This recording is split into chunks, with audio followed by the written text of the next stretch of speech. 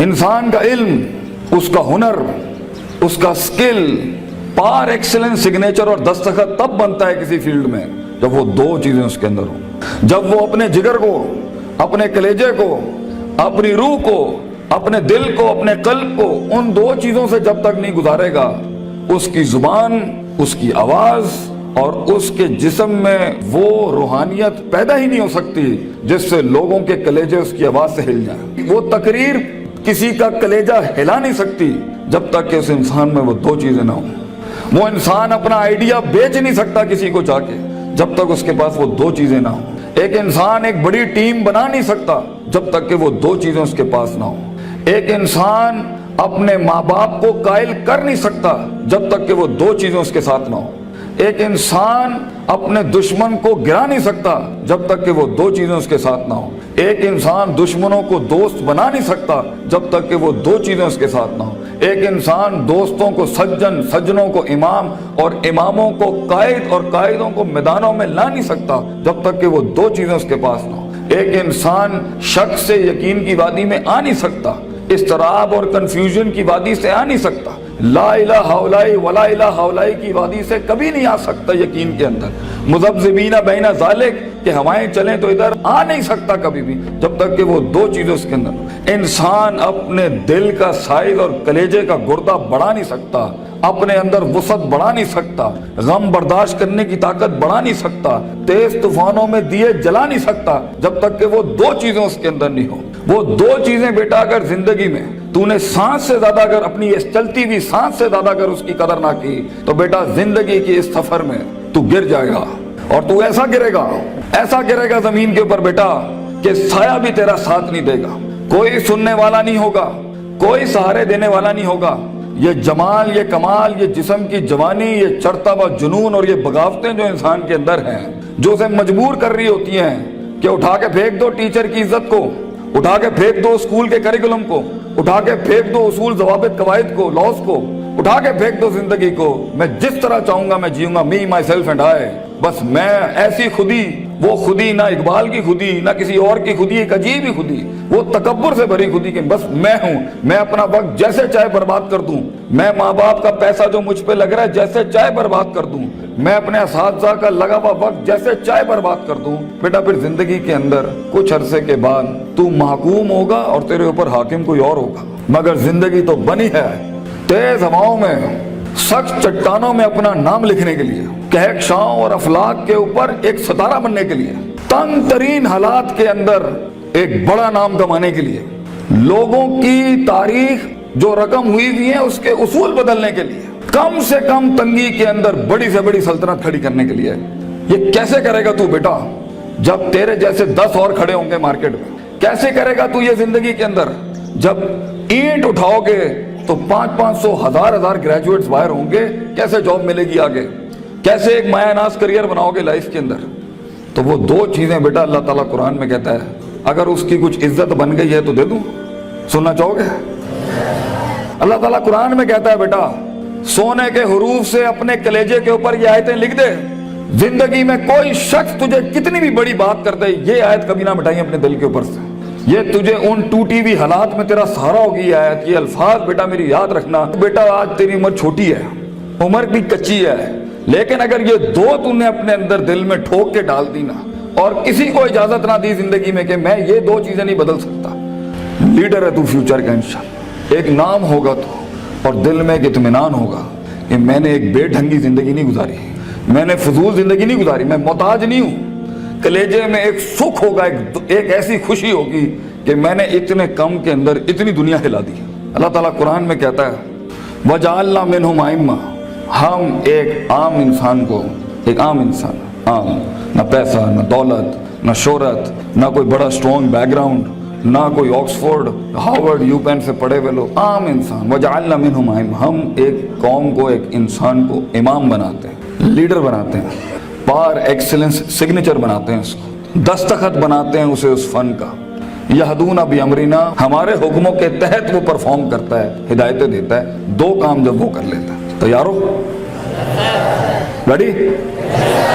لما صبروا وكانوا بآياتنا يوقنون، جب اس کی نفس کے اندر صبر آ جائے،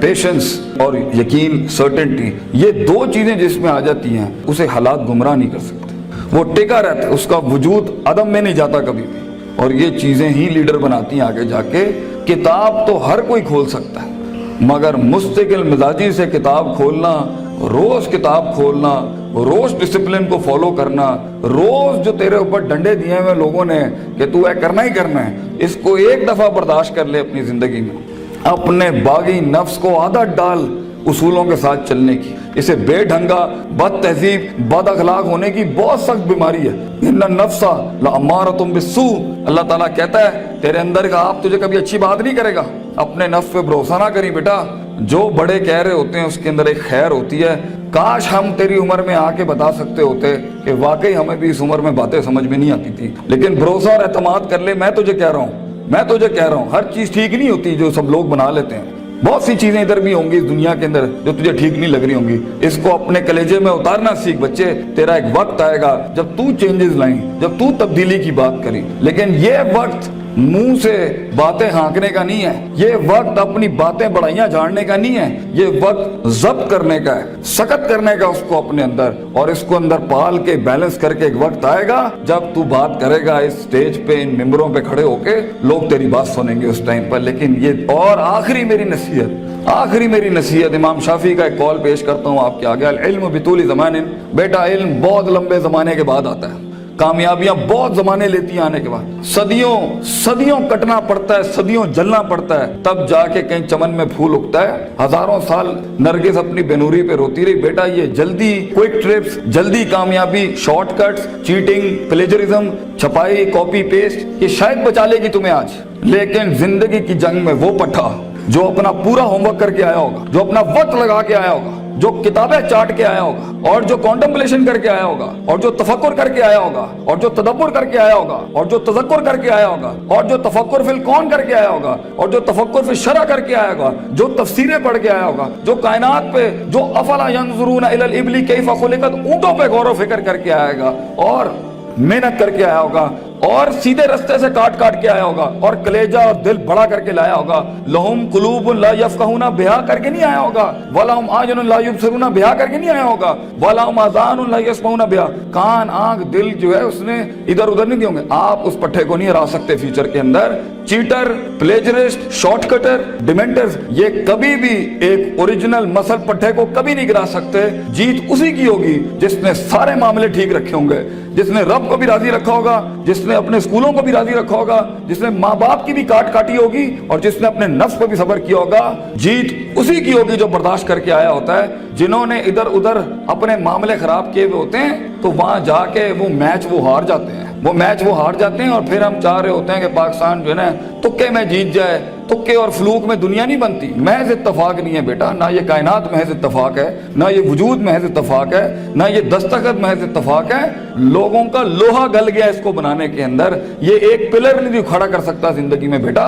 اتنی بڑی بڑی سلطنتیں کھڑی کرنے کے لیے تجھے بہت صبر چاہیے, بہت یقین چاہیے, بہت تحمل چاہیے, certainty, conviction, perseverance, consistency, perception, performance, reasoning, rationality, productivity. ان الفاظوں کو اپنی زندگی کا شعار بنا.